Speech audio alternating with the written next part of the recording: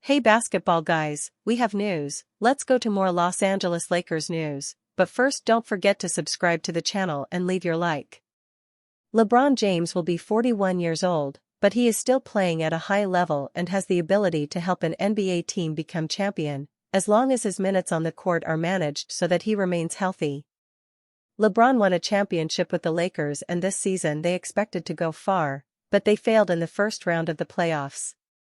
The Lakers are all focused on Luka Doncic and this may be bothering LeBron James and he may decide to leave for another place. He was already a champion with the Cleveland Cavaliers, who currently have a good team, and if LeBron James decides to go there, he will have a chance to be champion in his last year in the NBA. For the Lakers it will be a salary relief, and they can invest in great younger players with star potential. If LeBron James is really going to end his career with a win with the Cleveland Cavaliers, it would be good for the Lakers to start the restructuring with Luka Doncic and Austin Reeves, who are young and have a lot of potential. Rumors: LeBron James shows dissatisfaction with the Lakers and could go to the Cleveland Cavaliers. LeBron James' situation entering the offseason is complicated. Even if the four-time NBA champion forward wants to continue playing in the league, he must then decide whether to finish his career with the Los Angeles Lakers or a different NBA franchise. Athlon Sports' Paul White believes the 6'9" phenom should ditch his son, Bronny, and the Lakers in favor of a summer reunion with the Cleveland Cavaliers. The 21-time All-Star has a $52.6 million player option, which opens a whole new can of worms for the Lakers, potentially losing their best player for nothing, White wrote Saturday. If James does end up leaving, then there isn't a much better landing spot than the Cleveland Cavaliers. He has already completed 2 separate stints in his hometown, but this one would be for his farewell tour. The hardest hurdle to jump for this potential pairing would be the salary cap, but it is hard to believe that the Cavs wouldn't move heaven and earth to get their king back to the land. They have an elite floor general in Darius Garland, a bona fide Robin in Donovan Mitchell, and an extremely versatile wing in Evan Mobley. For the first time in a long time, James would be able to cruise in the back seat and just enjoy the ride. Cleveland is where it all started for James. In 2003, the Cavaliers selected the 22-year veteran with the number 1 overall pick in the NBA draft. Although James initially failed to help Cleveland make franchise history, he proved he could be a superstar in the big leagues. James received 6 All-Star nods, the 2004 NBA Rookie of the Year award, and made an NBA Finals appearance with the Cavaliers during his first stint. After parting with Cleveland in 2010 and spending 4 seasons with the Miami Heat, James returned to the Cavaliers in 2014. The do-it-all 6'9" forward guided the organization to its first-ever title during the 2015-16 campaign. Under the 4-time MVP's leadership, Cleveland overcame a 3-1 NBA Finals deficit and defeated a Golden State Warriors squad that won 73 regular season contests.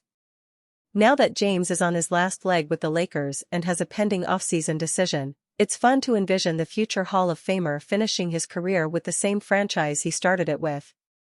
However, with James' 20-year-old son being under contract with the Lakers for 2 more seasons, it's unlikely he'll pass up an opportunity to spend another season by his side in Los Angeles, if he's open to returning for his 23rd campaign. James' 2025 offseason will be monitored by the public closely. Rich Paul sends clear Lakers message after LeBron James news.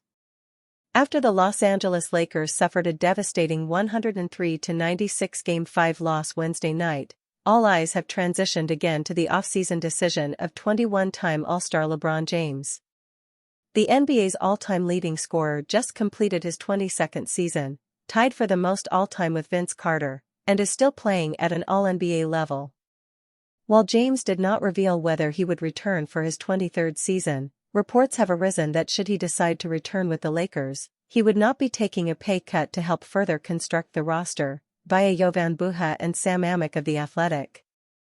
James has a player option for the final year of his deal worth $52.6 million, over a third of the team's payroll for next season. Following this news, James' agent and lifelong friend, Rich Paul, went on NBA insider Chris Haynes' podcast to discuss the Lakers. I just really didn't think that the roster for the Lakers was anywhere close to a championship-type roster, you know? And that's not making excuses. It's just a fact, said Paul. And it's very hard to build a team for today and tomorrow. You've got to have assets. You've got to have cap flexibility. You've got to have draft capital. While some may overlook these statements due to it being the opinion of an agent, it feels rather important due to the strong bond he and James have. The four-time MVP has not shied away from demanding roster additions in the past, not just with the Lakers but with the Miami Heat and Cleveland Cavaliers as well. Lakers general manager and president of basketball operations Rob Pelinka has already spoken on the expectations of the 20-time All-NBA selection. I think LeBron's gonna have high expectations for the roster, and we're gonna do everything we can to meet those, said Pelinka. Rob Pelinka, Lakers will do everything to meet LeBron James' expectations for roster. LeBron James put up a valiant effort in the series against the Minnesota Timberwolves, but unfortunately it wasn't enough as he and the Los Angeles Lakers were vanquished in 5 games. James turned back the clock and played as inspired basketball as he has all season on both ends of the floor, but the Timberwolves flat-out outplayed the Lakers in every facet of the game. Now, James heads into an uncertain offseason as he remains non-committal about his playing career, though the early expectation is he'll return for the 2025-26 season.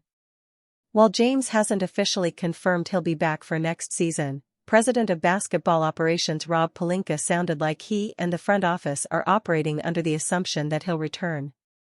Pelinka made it obvious at the Lakers' recent press conference when he said he and the Lakers would do everything they can to retool the roster to meet James' lofty expectations. LeBron is a GOAT, one of the GOATs of the game.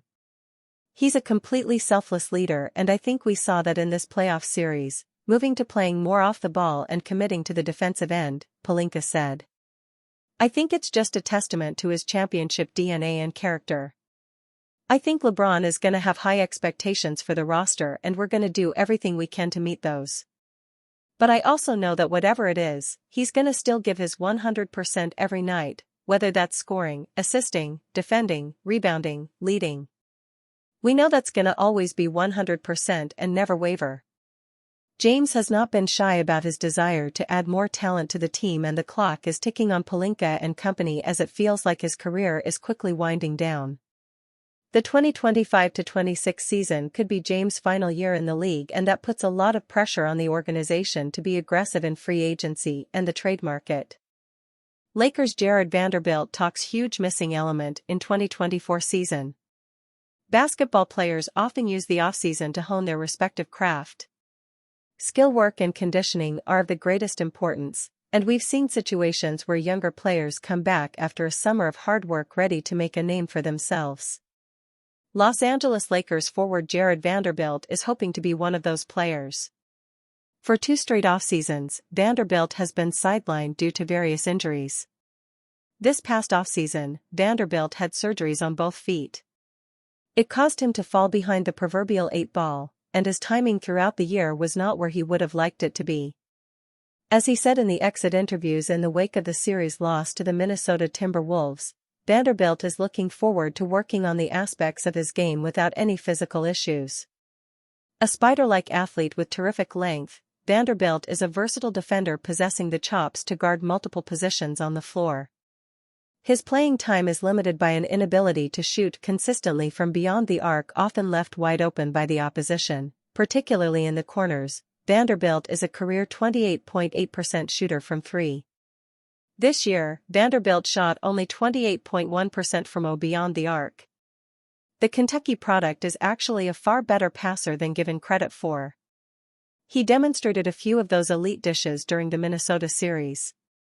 If he can develop into even a 35% shooter from 3, it would do wonders for his game, and would likely keep him on the floor for longer stretches of time. Vanderbilt signed a 4-year deal in 2023 worth $48 million. He has a player option worth $13.2 million in 2027-28. Why Mark Williams' physical was failed. Now that the offseason is here for the Los Angeles Lakers, acquiring or signing one or multiple centers is priority number 1 for Rob Pelinka and company. That's because LA thought they had their big man in Mark Williams of the Charlotte Hornets at the trade deadline after bringing Luka Doncic into town. By trading away Anthony Davis, it was apparent that Jackson Hayes could not serve as the team's lone center if they had any hopes of contending this season.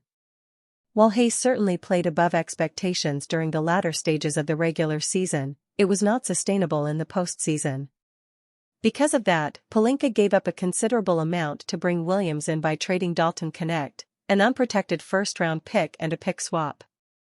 However, Pelinka and the Lakers wound up pulling out of the trade due to a failed physical by Williams, leaving the team without a starting center. Now that the season is over, details have emerged about why the Lakers failed Williams' physical, via Dave McMenamin of ESPN. The deal was agreed upon the night before the trade deadline, a buzzer-beater by the Lakers front office after already successfully negotiating the Doncic deal and the acquisition of Dorian Finney-Smith from the Brooklyn Nets in late December. Only Williams never suited up for LA. He failed the team's physical examination, and the Lakers just couldn't live with what they saw, a source with knowledge of the subject told ESPN. Out of a possible 246 career games, Williams has only suited up in 106 for Charlotte, with his 44 this past season being a career high. Granted, the Hornets are a tanking team, but health concerns remained, with the majority of Williams' injuries being foot or back related. It would have been a significant risk to bring in the former Duke Blue Devil, which is why the Lakers pulled out of the deal. Williams definitely could have provided help against the Minnesota Timberwolves, but his ability to play long-term next to Doncic was a concern and something Pelinka did not want to gamble on. Hornets' Mark Williams takes victory lap following Lakers' elimination from playoffs. When the deal was rescinded, it was awkward for both teams welcoming players they initially traded. Mark Williams and his agent spoke out against the Lakers' physical exam and pleaded their case that he was healthy. Unfortunately, nothing was done due to the trade deadline passing when the deal was called off. Williams clearly has no love lost for the Lakers, as he took a victory lap on social media when LA was eliminated in 5 games by the Timberwolves. JJ Redick made 2 dumb decisions with his best defender and flamethrower versus Timberwolves, says Robert Horry. The fallout from the Los Angeles Lakers' early elimination from the NBA playoffs continues to haunt the team, and Robert Horry is latest to question 2 dumb decisions by JJ Redick in a strongly worded criticism. When a more fancied team gets bounced out in the first round of the playoffs, there are always reverberations, and rightly so. When that more fancied team also happens to be the most scrutinized team in the NBA, that fallout is turned up to an even higher level, and that's what JJ Redick and the Los Angeles Lakers are facing. From LeBron James bringing Anthony Davis into the picture to sudden doubts over the Luka Doncic trade, many uncomfortable questions face the Lakers. 7-time NBA champion Robert Horry has added 2 decisions by Redick that have flown under the radar and could have made all the difference. JJ Redick's 2 dumb decisions. Redick's regular season coaching bubble burst heavily in the playoffs as he was outcoached by the Minnesota Timberwolves' Chris Finch. Not only were the Lakers unbalanced as a team, Redick went away from what made him so good, getting the best out of role players, and that ultimately hurt the team. Even Austin Reeves struggled to get going, but Redick persisted with his starters, almost to a fault, and they were running on fumes by the end. Robert Horry, who knows a thing or two about winning championships, spoke on Nightcap and said his usage of 2 role players in particular left him scratching his head. One was the LA Lakers' best defender, while the other is a flamethrower who barely got a look in, if at all. Horry said, "Anthony Edwards, cooking you, and your best defender is on the bench, Jared Vanderbilt. Give him a chance. At least you got 6 fouls. What are you doing?" "I'm not even mad at JJ, I'm mad at Nate, McMillan, and Scott Brooks. You 2 sat over there and let him do this dumb stuff." The biggest mistake the Lakers made all season was not trying to implement Dalton Knecht into the system. That's a flamethrower over there. You gotta give him a chance. Changes coming at LA Lakers. Horry might be questioning Redick's decisions, but despite being a first-year head coach, it's not like Redick didn't know what he was doing. His inclination to not rely on any role players spells trouble for those players' future in Los Angeles, because once a head coach loses trust, there is rarely a way back. After a series where even the best third option in the league Austin Reeves is under the scanner, the scenario would be even tougher for the likes of Dalton Knecht. Knecht almost left the Lakers in the failed Mark Williams trade that many argue eventually haunted the Lakers, so his departure seems inevitable. Then there are the likes of Rui Hachimura, Jackson Hayes, and even Jared Vanderbilt. It's impossible to see a scenario where the Lakers are offered a proper big man for one of those three and they don't take it. The roster next year could look a lot different from the current one, and outside of the superstar duo, nobody seems safe.